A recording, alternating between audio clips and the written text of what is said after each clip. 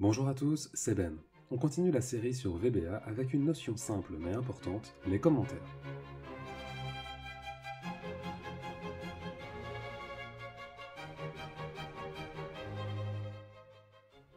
J'avais un peu moins de 20 ans quand j'ai créé ma première macro un peu complexe. J'avais mis des jours à l'écrire, ce n'était pas du tout optimisé et il me manquait en gros beaucoup des connaissances que je vais essayer de vous transmettre dans ce cycle de vidéos. Alors, j'ai écrit quelque chose qui était très long, l'exécution prenait au moins 3 ou 4 minutes mais ça fonctionnait. Et franchement, j'en étais super fier. Sauf que quelques semaines plus tard, mon maître d'apprentissage qui utilisait la macro m'a demandé de faire une petite modification. Un truc tout simple, au premier abord en tout cas. Je n'ai pas été capable de le faire.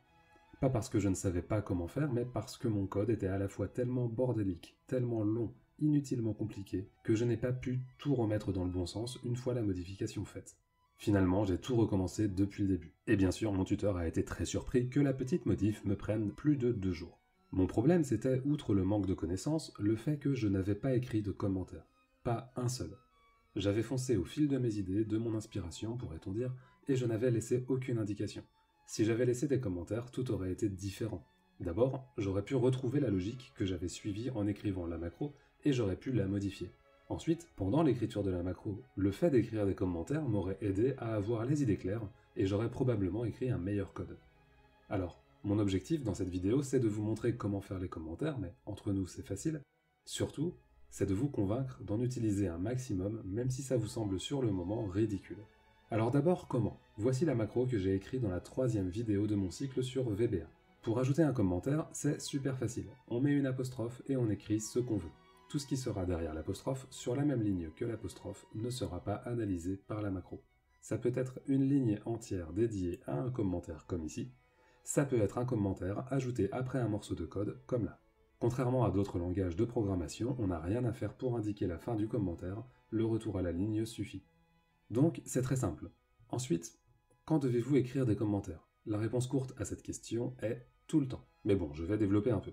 En fait, j'ai envie de définir 2 types de commentaires. Les commentaires logiques, ceux que vous écrivez pour laisser une trace de la logique que vous suivez. Les commentaires techniques, ceux que vous écrivez parce que le code vous est encore peu familier et vous voulez plus tard vous souvenir de ce à quoi il correspond. Le commentaire technique, ça pourrait être typiquement celui-là. Je me place dans ma feuille de calcul extraction. Ici, le commentaire explique simplement ce que fait le code. Pour les commentaires logiques, on pourrait prendre l'exemple suivant. Je donne à la variable fin extract une valeur égale au nombre de lignes dans mon tableau. Alors pour le moment, certes, c'est plutôt technique, mais si j'ajoute ensuite je vais utiliser cette variable pour travailler sur toutes les lignes du tableau, pas davantage et sans en oublier, même si le nombre de lignes change, alors ça c'est un commentaire logique. Il donne du sens, il explique au lecteur pourquoi on a écrit ce code. C'est une chose de savoir qu'une variable a été créée, mais bien souvent ce qui manque c'est le pourquoi. Pourquoi est-ce que dans ce code, il y a 8 mois, j'ai créé cette variable? Qu'est-ce que j'avais derrière la tête? Pour conclure, je voudrais répondre à 2 arguments faciles qui pourraient vous venir à l'esprit. Je débute, et mes macros sont très courtes et très simples, pas besoin de commentaires. Ma réponse, vous débutez donc, vous avez besoin d'être très au clair dans votre tête. Écrire un commentaire permet de clarifier vos idées. Vous vous rendrez peut-être compte à certains moments que vous ne savez pas vraiment quoi écrire comme commentaire. Ça montre que vous n'êtes pas vraiment sûr de savoir pourquoi vous écrivez tel ou tel élément de votre macro. Et au passage, autant prendre les bonnes habitudes dès le début. Deuxième argument contre, je suis expert, je code depuis des années, je n'en ai pas besoin. Ma réponse, déjà je suis surpris que vous regardiez cette vidéo, mais plus sérieusement, plus vous progressez, plus vous écrivez des choses complexes, plus vos raisonnements sont complexes. Alors, les commentaires techniques, ceux qui expliquent le sens brut du code, auront sans doute moins d'utilité car vous connaissez tout ça. Mais par contre, la logique, elle, sera plus que jamais nécessaire. Sans commentaire, j'aurais personnellement bien du mal à reprendre 1 ou 2 ans plus tard des macros complexes que j'ai moi-même créés.